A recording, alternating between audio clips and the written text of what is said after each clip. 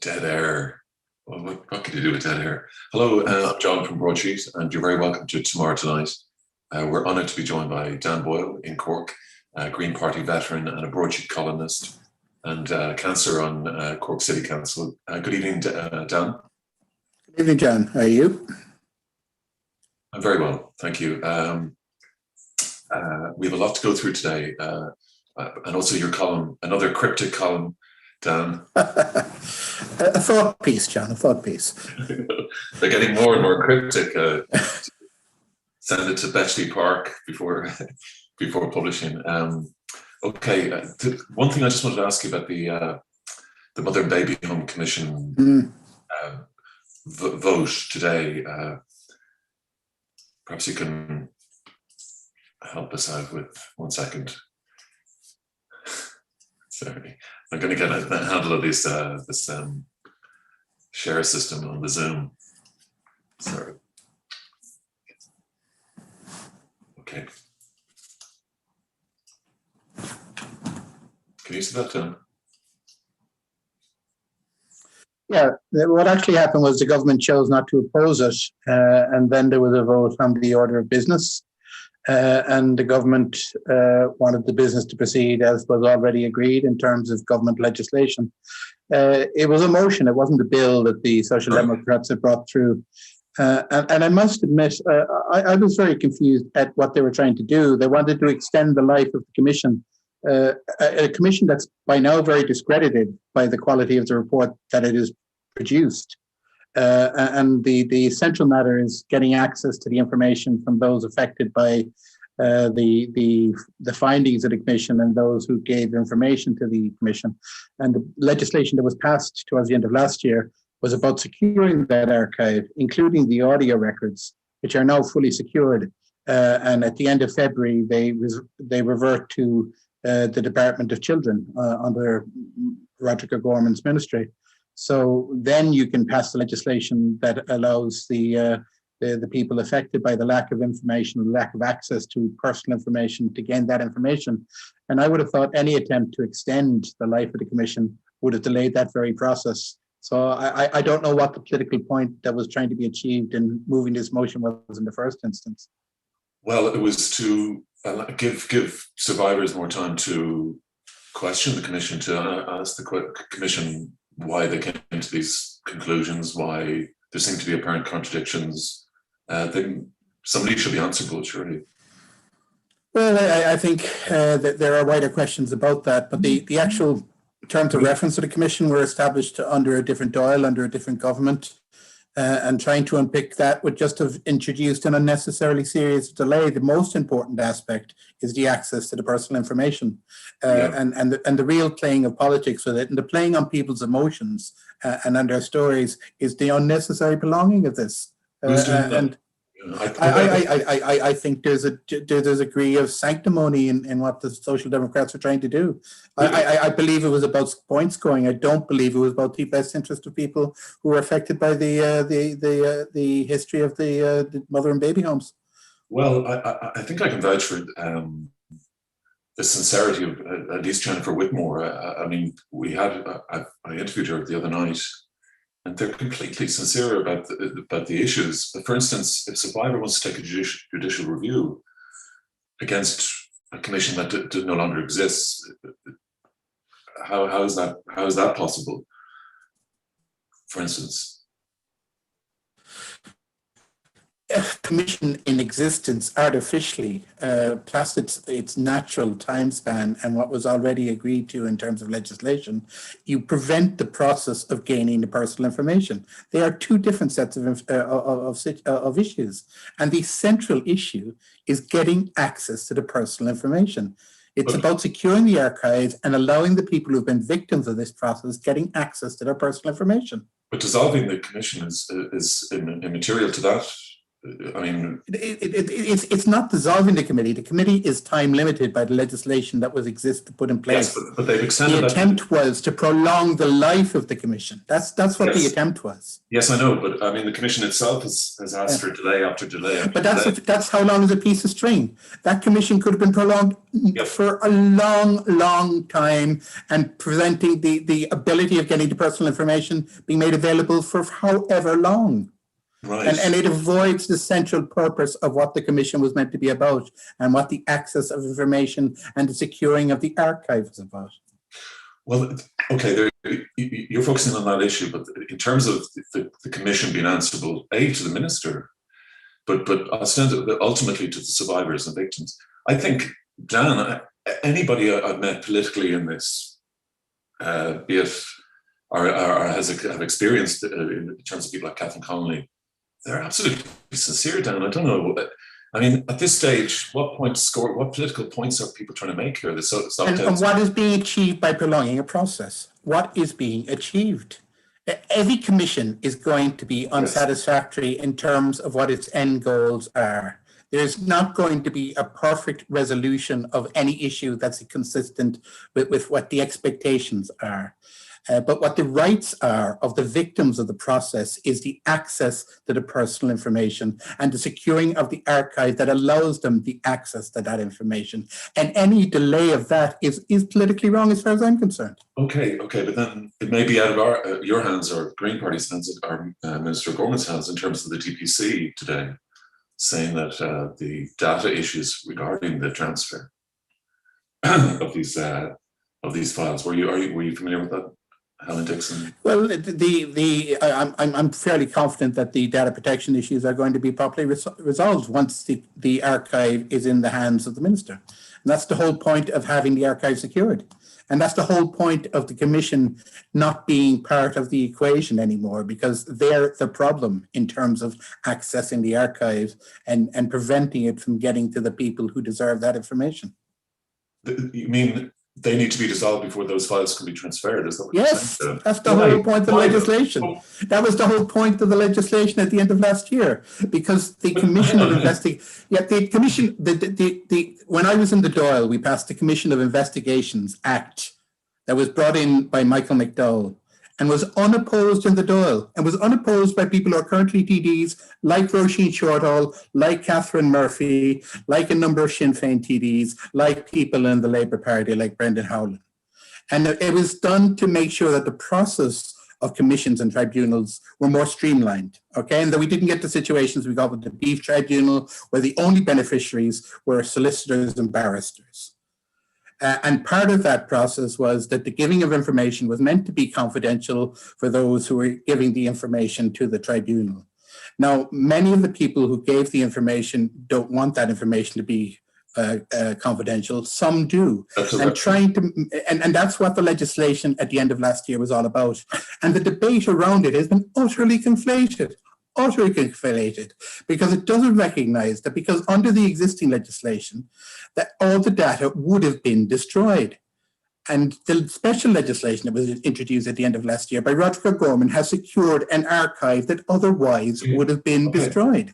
Okay, Dan, but we're talking about, say, 6 months or to 12 months.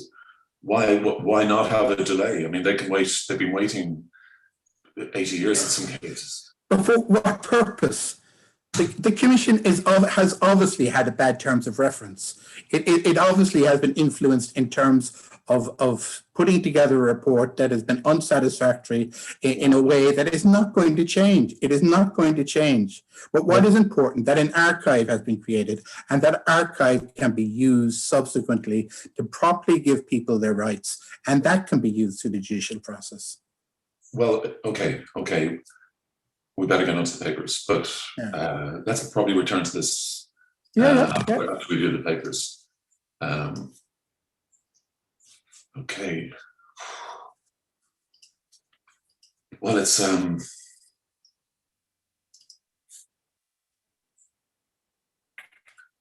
complicated.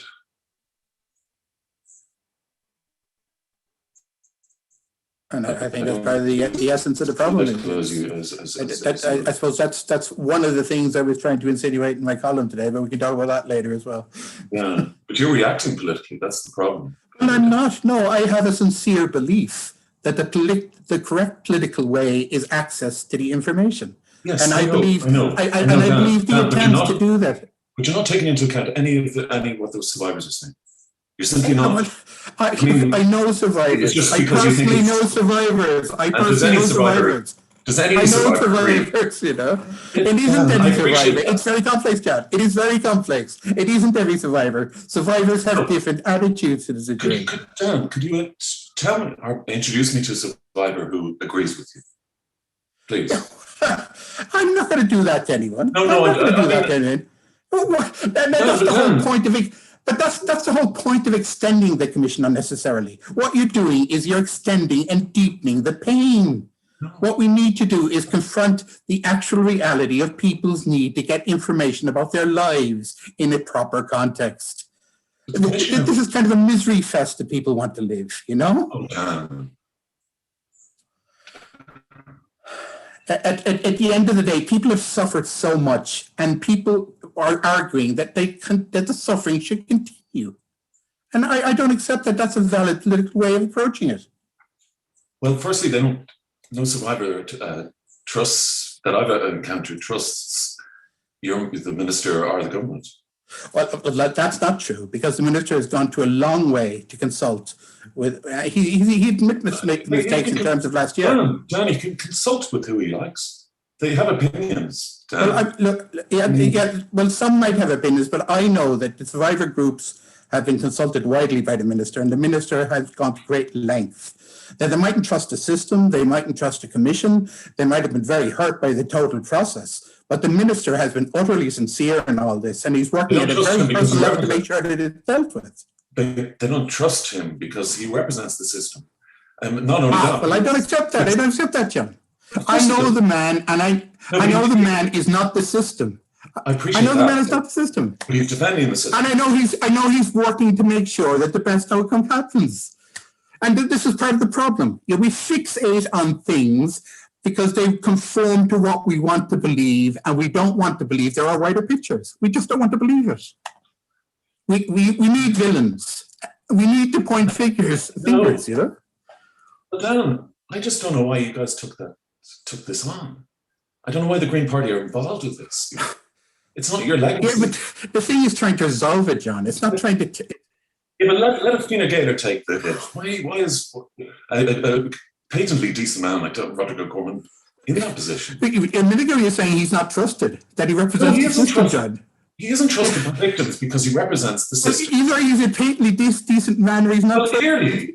I mean, how could he be both, you know? Well, it's politics, isn't it, Dan? It's not politics. He's a minister with a department that has a responsibility that he's chosen to take on in the most fair way possible. And I believe his personal conviction. And I believe he is, you know. Is it his personal conviction, for instance, that they just discovered the testimonies after they said the testimonies were deleted? Does he accept their version of that? I'm not too sure what the technical aspect was, but it seems to me that there was an attempt to delete the testimonies. There was an attempt to delete the testimonies. No, but they survive in a digital form anyway. They said that they were deleted.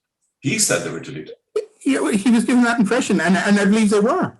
I believe they were recovered in a digital form because in the form of a backup. No, but then he had to come back and say, "Oh, well, we found them." Yeah, well, that's what happened.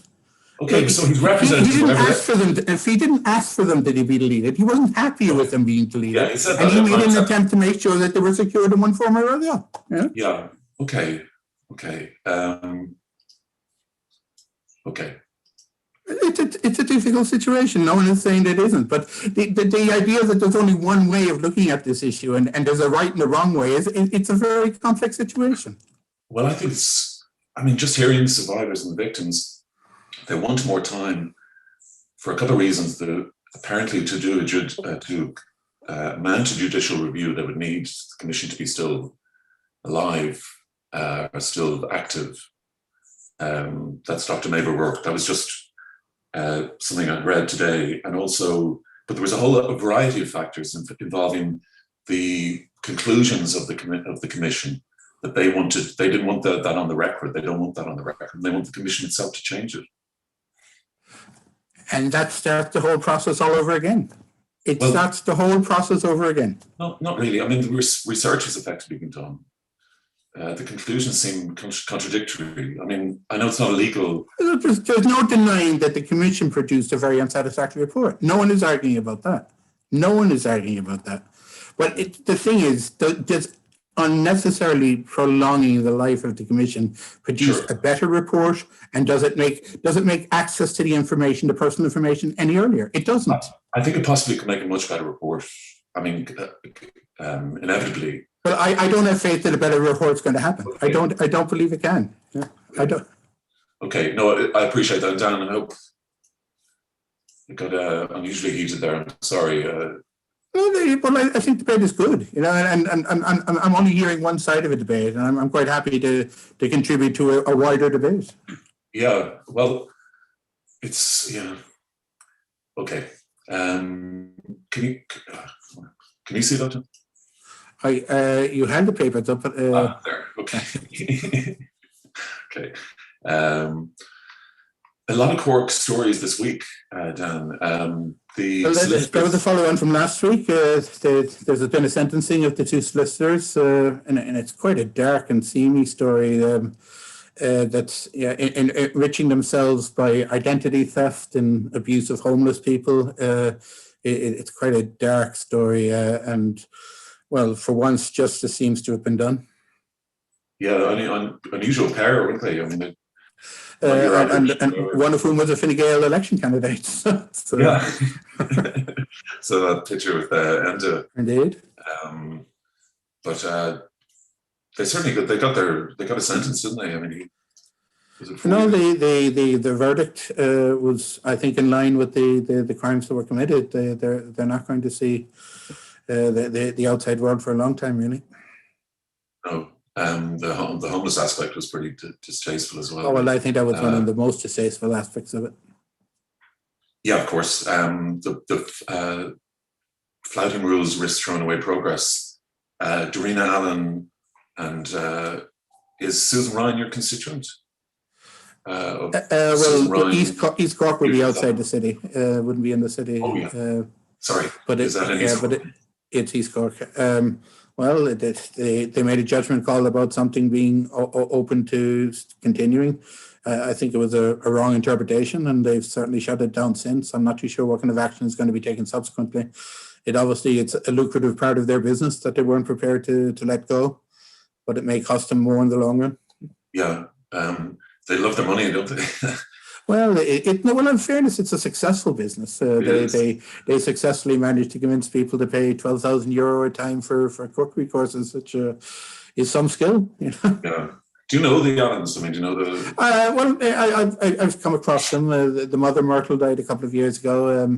The sister Natasha was a Green Party candidate and a very good friend. But she wouldn't have been an upfront person. Worked a lot in the restaurant and in the grounds, but. She wouldn't have been an upfront in front of camera kind of Epicurean goddess or anything like that, but she was a very decent person. And the family has a Quaker background as well. It's which is a very unusual religion and very small scale in Ireland. Is that right? That's very interesting. I was reading Kevin Marr's book, and he has a great passage about. Is Myrtle, who's the matriarch? Myrtle was the matriarch, yes. Yeah, who was the one who went to go to Europe and so told them that Irish food, or we could... Yeah, that was Myrtle. She set up a crowd called the Euro Cuisine, I think it was called. That's it. Yeah. But they're a bit hapless on the publicity front. The Echo, Dark Day in the Rose is very sad. Well, that was a sad event, and quite poignant in the sense that it was... a 70-year-old man driving a car and a 20-year-old man on a motorbike. It just seemed to be two ends of the spectrum in terms of human existence, and both have ended their lives in the same set of circumstances. And a reminder how few incidents like this we've had in the last year. Well, yes, but proportionately, that there have been still a lot of road deaths given the smaller scale of traffic. So, Oh, really? Okay. yeah, and there is a theory, it might be more anecdotal than anything else, that road rage is increasing and kind of incidents of bad driving are increasing because people's frustration of being locked in anyway, that they're taking that out on in their behaviour and driving and all the rest. So it's not a great time to be alive, one way or the other. Yeah. Again, Charleville, that's North Cork, isn't it? Sorry, excuse me. Yeah, it is, and obviously the Cork Limerick Road is one that's open to controversy. There's a proposal to turn it into a motorway, and they'll probably start doing the development in 2023. But I think this particular stretch of the road is one of the wider stretches. There's a notorious stretch between Mallow and Buttevant, but there should have been a lot of space there. So it could have been weather related. It could have been the extent of the rain, or there could have been flooding on the road and aquaplaning or skidding. Who knows? Yeah. The Daily Telegraph, Queen says refusing vaccine is selfish. Yeah, this is unusual from a British perspective because they go out of their way to say that the Queen is apolitical, but she's obviously been brought into a debate to influence the public policy. The whole point of vaccines is that you need a 90% take up to make sure you get the herd immunity effect. And if there are 25% of the people who refuse vaccines because of a personal belief system, that negates having any vaccine program at all. So I suspect there's a concern in Britain that they need to bring out the big guns to make sure that the public usage is as high as it can be. Okay, maybe we'll have Mary Robinson doing the same for us. It's possible. It's possible. Okay. The Guardian: climate impact fears as Atlantic Ocean weather system weakens. Well, in fairness to the Guardian, it's the only paper that takes climate issues seriously, and invariably it would have a story a day with one issue or the other. This is about weather systems. There are quite often stories about the polar ice caps and the Arctic and Antarctica melting and the effect that has on ocean levels. I suppose if it wasn't for COVID, we'd be paying these issues a lot more seriousness because in terms of the effect it has on the lives we live, it has a greater longer term impact, I'd argue. Well, we forget that before COVID, remember there was the Extinction Rebellion. There was a lot of climate stuff for the past year prior and because that was physical in its manifestation, large protest marches, a lot of young people taking part, retreating into the Zoom land, has kind of negated a lot of that campaigning, I think. Yeah, vaccination passports will be here by summer. Another victory for the conspiracy theorists there. Yeah, it's hard to know how they're going to be used. I mean, there's a theory that they should be used for foreign travel. There's a theory that they should be used for large-scale events. In Britain, I think Michael Gove, of all people, is meant to be investigating it for the British government to see whether they can be used for people attending large-scale sporting events again. They have the European Championships in mind and things like that. So the idea is that to be a live spectator at any of these events, you have to show you've gone through a vaccination program. It sounds impossible to administer, but it's something they're looking into. Yeah, it sounds impossible to do. Yeah, It sounds like. Would you believe that stopping people from traveling without the vaccine passport would that be something that you would think would be something the Greens could get behind? Or well, look, it's interesting that the debate we're having about the mandatory hotel quarantine, and that's gone through the Boyle this week, going through the Shannon next week, and it's limited to 20 countries, but theoretically you could add any number of countries to it. There was an opinion expressed about that by the Irish Human Rights Commission. So you have this expectation of people, particularly arguing for zero COVID, that you need the mandatory hotels and you need it for all travellers. And then you have the human rights concerns are rightly being expressed by agencies like the Human Rights Commission, and I think it's impossible for any government to get that balance right. Yeah, it's just a very weird time, isn't it? It is, but I suppose to be optimistic, the hope would be that we're coming towards an end of a series where we're hoping it's not going to be followed by a fourth wave. Right. One is not immune. Morning Star, Overtime, The Grand, 24 billion heist. Well, that's about the rich getting richer. It's not really a story, but it's a different angle to it. Yeah, just on that, I mean, the beautician, the beauty salons and stuff like that. I mean, you obviously sympathise with small businesses and shop owners. Of course, yeah, and I know the cafe owners in particular who've gone out of their way to have as high a standard as possible, and have had the rug pulled out of them several times over the last year. I think the Balbriggan situation was politically abused, though. It was an attempt by playing on the fears of a particular business owner to make political capital on behalf of a particular grouping. That's the common law thing. But I mean, I don't think this lady in East Cork doesn't seem to be affiliated politically. No, it's the Balbriggan situation I was thinking of, even though there's been arrests in relation to that. But there was obvious encouragement there, and I don't know how that's going to play out. There's a situation with a pub in Dublin that are doing takeaway pints that apparently is within the letter of the current regulations, so the Gardaí are not going to take actions. Although I noticed they can only do lager. Is that right? Apparently the pub owner is saying that either they can't get access or the regulations don't allow them to sell Guinness or Diageo products. Yeah, Diageo. There's some. I think Diageo are going with the sort of government effectively. You know, they're not supplying the beer with. That's probably the case, and I suppose I think technically the pub is like a takeaway coffee. It's doing both food and pints. We may see a bit more of that. But again, it's notoriously hard to police because the regulations state you have to not drink it within 100 meters of where you buy it from and stuff like that. So yeah, I think it's also we're at a stage and where people are just like, there's nothing left to lose. I mean, I'm going to lose my business anyway. Yeah, but I've got a fine. I can never pay that anyway. So it's like, it depends on the scale of the business. I mean, some larger ones might say that there's a lost leader aspect of it, that the fine might be worth the publicity, and that they gain custom as a result of it subsequently. Who knows? Motivations are always different. I'm sure there's no such thing as bad publicity. Unless you're doing the Allens. Well, I'm sure they'll still have people in their next cookery courses. Yeah, no doubt about that. Implanting a love for China.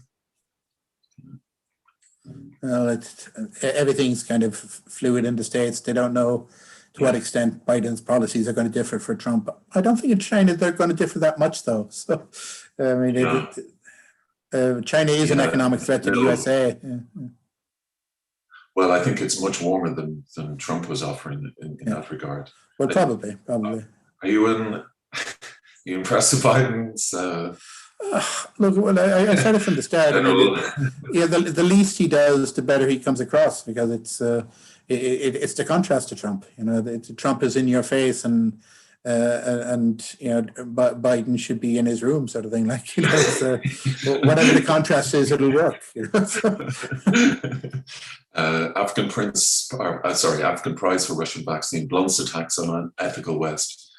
This is an interesting story in the sense that the EU are trying to curry favor by saying that they're making certain amounts of vaccines available for the developing world, which is a loaded term in any case. But I heard today that there are at least, and there are more than 100 countries in the world where no vaccines have been given to date. And if we're talking about having an open up world subsequently, it's equally important that everyone, that COVID is lessened and where possible eradicated wherever it occurs in the world. So the idea that we're all right and they can wait is not going to work for us subsequently anyway. So we need a broader global approach to the issue. Yeah, we have Ireland has the third strictest lockdown in the world, apart from Cuba and Eritrea. I've seen that, but again, it's how you compare these things. I mean, in length of days, certainly, but yeah, we haven't had a curfew in Ireland, where they've had in several countries, where you're not allowed to be out after 9 o'clock in the evening. Different countries have different rules of what can be opened up and what shouldn't be. Some have their school system shut down, some don't. So you're not exactly comparing like with like, but the largest extent of closure for the longest time has certainly been Ireland. That can't be argued. Yeah, and also culturally, in a sense that, like, we go to pubs, we go to mass on Sundays. Yeah. All the things that they seem particularly closed off to us, and with our weather, Yeah. Anyway, on a lighter note, the Daily Star. I'm not too sure if that's lighter. The Lady Gaga thing sounds quite sinister. It's apparently she's touring elsewhere in the world, and her dog walker was shot, and they haven't reported to what extent the person was shot. 4 bullets anyway, so that you don't know whether it was in the stomach and the heart and the legs, and the dogs were taken away. He took 4 to the chest. And my goodness, my goodness. Yeah, and they got the dogs. Well, one ran away that they recovered apparently, but the other 2 are still missing. Yeah. Oh, right. Well, okay. Sorry, that's terrible. I mean, bloody hell. Well, that's kind of pathos to the whole story, but the idea of a dog walker being shot openly like that, it's appalling. I know, my God. But Mr. Potato Head loses his meat and 2 veg. This sounds like a political correctness story, is it? It is. It's basically gone mad. The detachable bits are no longer detachable, obviously. Well, I'll be very careful with this. Mr. Potato Head is now called Potato Head because he's genderless. Okay. Right. Okay.